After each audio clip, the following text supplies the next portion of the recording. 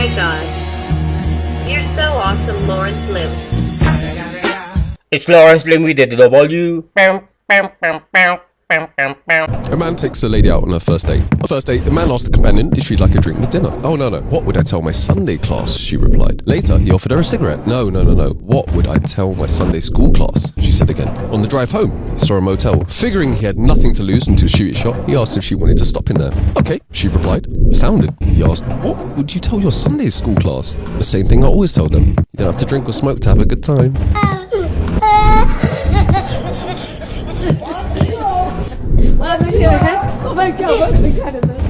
Silly Sally steps into an elevator with her two mates. There's a sticky white puddle in the corner. Mate 1, that looks like cum. Mate 2, smells like cum. Silly Sally wipes her fingers in it and tastes it, and after a while goes, "Nah, it's no one in this building."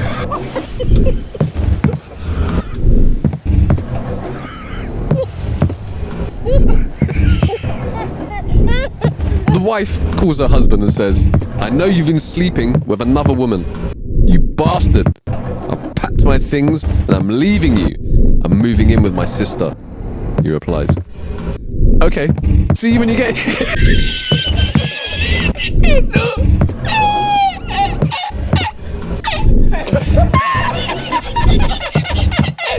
A madam opened the door to a brothel in Miami to a rather dignified, well-dressed, good-looking man in his late 40s or early 50s. "May I help you, sir?" she asked. The man replied, "I want to see Valerie." "Sir, Valerie is one of our most expensive ladies. Perhaps you should prefer someone else," said the madam. He replied, "No, I must see Valerie." Valerie appears, announced to the man she charges $10,000 per visit. Without hesitation, the man pulled out $10,000 and gave it to Valerie. They went upstairs. After an hour, the man calmly left. The next night, the man appeared again, once more demanding to see Valerie. Valerie explained that no one had ever come back 2 nights in a row as she was too expensive. There are no discounts. The price is still $10,000. Again, the man pulled out the money, gave it to Valerie. They went upstairs. After an hour, he left. The following night, the man was there yet again, and everyone was astounded that he had come for a 3rd consecutive night. But he met Valerie, and they went upstairs. During their session, Valerie said to the man, "No one has ever been with me 3 nights in a row. Where are you from?" The man replied, "I'm from St. Louis." "Really?" she said. "I have family in St. Louis." "I know," the man said. "Your sister died, and I'm her lawyer. She asked me to give you a £30,000 inheritance."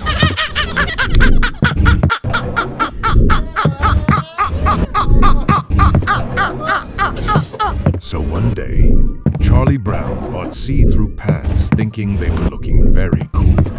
On his way to school, he met Lucy. "Hey Lucy, do you like my new pants? Aren't they cool?" Lucy replied, "Charlie Brown, I knew you were crazy, but now I can clearly see your nuts." So my daughter woke me up around midnight last night, tugged my arm and asked Daddy, "Do you know how old I'll be next month?" Tired as I was, I knew this was important to her. So I replied, "I don't know, sweetie." She just smiled and held up 4 fingers. It's now morning and we've been up all night. She still refuses to tell us where she got them. So I was sitting on a bench in the park next to a homeless man. I asked him how he ended up this way. He said, "Up until last week, I still had it all. A cook cooked my meals. My room was cleaned. My clothes were washed. I had a roof over my head. I had TV, internet. I went to the gym, the pool, the library. I could still go to school." I asked him, "What happened? Was it drugs? Alcohol? Divorce?" "Oh no, nothing like that," he said. "I got out of prison." So a preacher, wanting to raise money for his church, was told there was a fortune in horse racing. He decided to purchase a horse and enter it in the races. However, at the local auction, the going price for horses was so high that he settled on a donkey instead. The preacher figured, since he bought the animal, he might as well race it. To his great surprise, the donkey did quite well and came in 3rd place. The next day, the racing sheets carried this headline: "Preacher shows ass." The preacher was so pleased with the donkey that he entered it in the races again, and this time the animal won 1st place. The paper said, preacher's ass out in front. The bishop was so upset with this kind of publicity that he ordered the preacher not to enter the donkey in any more races. The newspaper printed this headline: "Bishop scratches preacher's ass." This was too much for the bishop, and he ordered the preacher to get rid of the donkey. The preacher decided to give the animal to a nun in a local convent. The next day, the headlines read, "Nun has best ass in town." The bishop fainted. When he came around, he informed the nun that she would have to dispose of the donkey. The nun searched and finally found a farmer willing to buy the animal for $10. The paper stated, "Nun peddles ass for $10. They buried the bishop the next day. So, a plane crashes on an island, and 2 guys survive. The island's native people approach them and say, "You can let us kill you now, or you can try to take the challenge. The challenge is, we get the strongest guy we have to flick you in the balls 10 times. The first guy thinks, that's got to be better than dying, and says, "I'll take the challenge." The natives get their strongest man to flick him 10 times in the balls. By the end of the challenge, the first survivor's balls are bleeding, and he's rolling on the ground in pain. The second guy sees this and thinks, "Holy shit, I would rather die than have my balls go through that kind of pain." So he says, "I think I'll just die." So, the natives flick him to death. So a guy goes to a government office to interview for a job. The interviewer asks him, "Are you a veteran?" "Yes, I served 2 tours in Vietnam," replied the guy. "Good, that counts in your favor. Do you have any service-related disabilities?" asked the interviewer. "I am 100% disabled," replied the guy. "A mortar round blew off my testicles, so they declared me disabled. It doesn't affect my ability to work, though." "Sorry to hear about the damage," said the interviewer, "but I have some good news for you. I can hire you right now.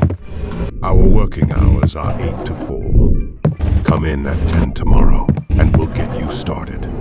"If working hours are from 8 to 4, why do you want me to come at 10? "Well, here at the government, we don't do anything but sit around and scratch our balls for the first 2 hours. No point in you coming in for that." Sitting in the bar, George asked his 40-year-old friend John, "How come you aren't married?" John, sipping on his drink, smirked and replied, "I haven't found the right woman yet." George asked, "So what are you looking for?"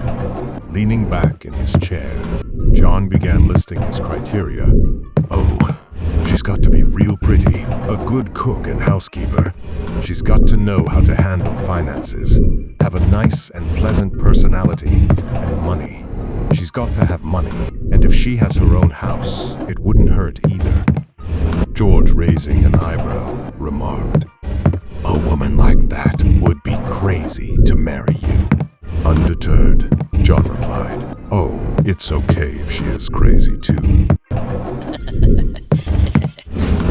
So a man walked into a liquor store with a sawn-off shotgun. He pointed the gun at the store assistant and told her to empty the cash register into the bag he was carrying.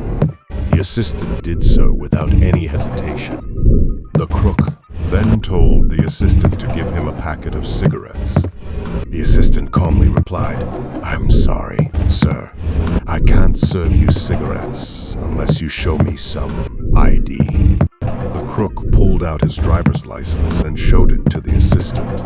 When the assistant saw that he was old enough for the cigarettes, she kindly gave him a packet. The crook then ran out the door. The assistant called the police straight away and gave them the crook's name and address that she had read off the license. Police attended the address and arrested the crook about half an hour later. So Subscribe to Lauren's social media now, or I will weather modify your area so you will have flood for a week or so. Or my name is not Donald Trump.